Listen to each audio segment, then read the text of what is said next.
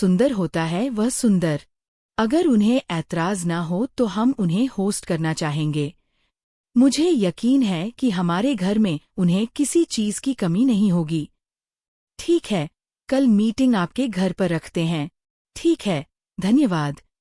रजनी जी, miss Nikki के स्वागत की तैयारी आपकी देखरेख में होगी।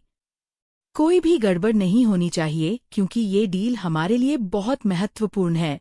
प्रथम, इस डील की शुरुआत तुमसे हुई है, इसलिए प्रेजेंटेशन पर काम तुम करोगे, लेकिन हमें और अहम को दिखाकर। प्रथम सर इस डील के लिए बहुत मेहनत कर रहे हैं। हे भोलेनाथ, उनकी मेहनत सफल कीजिए। अगर ये डील हो गई तो हमारे परिवार पर आई मुसीबत टल जाएगी। प्रथम सर, माँ ने आपके लिए कॉफी भिजवाई है। हाँ राधे, टेबल पर रख दो।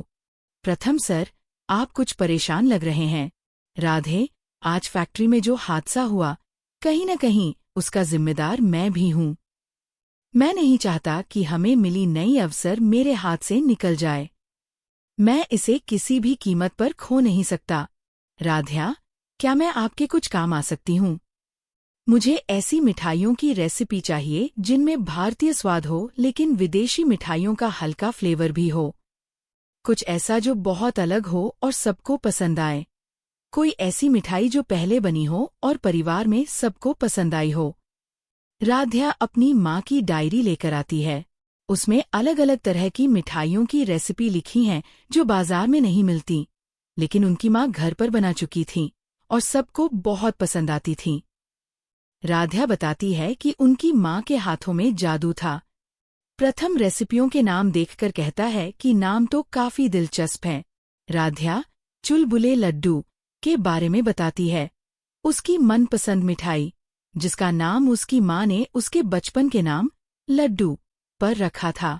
वह कहती है कि ये लड्डू मीठे, खट्टे और नमकीन स्वादों का मिश्रण होते थे और सबको बहुत पसंद आते थे। वह प्रथम से कहती है कि वह इस रेसिपी को अपनी प्रेजेंटेशन में जरूर शामिल करे। प्रथम को कॉपीराइट की चिंता होती है।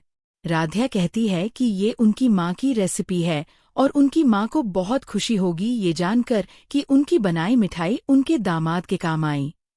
कॉफी ठंडी हो जाती है। राध्या उसे गर्म कराने जाती है, लेकिन प्रथम मना कर देता है। राध्या प्रथम के कंधे और पीठ की अकड़न दबाने लगती है। पहले वह मना करता है, लेकिन फिर मान जाता है। अगली सुबह घर में मिस निक्की के स्वागत की तैयारियां चल रही हैं। दादी सभी से तेजी से काम करने को कहती हैं। नाश्ते में सिर्फ देसी खाना बन रहा है क्योंकि मिस निक्की लंदन में रहती हैं और वहां उन्हें ऐसा खाना नहीं मिलता। प्रथम प्रेजेंटेशन के लिए तैयार है। अहम फैक्ट्री गया है मिठाई लाने ताकि उसका टेस्ट किया जा सके। दरवाजे पर एक व्यक्ति आता है।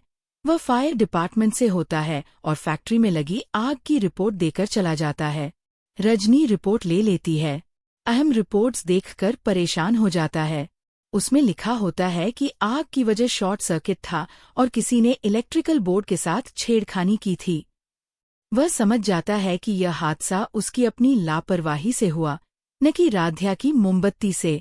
उसे अपनी गलती पर शर्म आती है और वह राध्या से माफी मांगने का फैसला करता है। एकता उसे रोकती है। वह कहती है कि अगर सच सामने आ गया तो सब उससे सवाल करेंगे कि वह फैक्ट्री क्यों गया था, जबकि पापा ने मना किया था।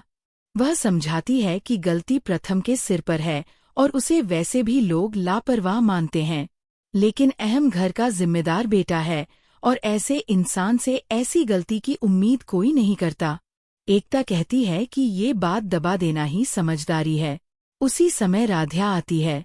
वह पूछती है कि फायर डिपार्टमेंट के रिपोर्ट्स में क्या लिखा है।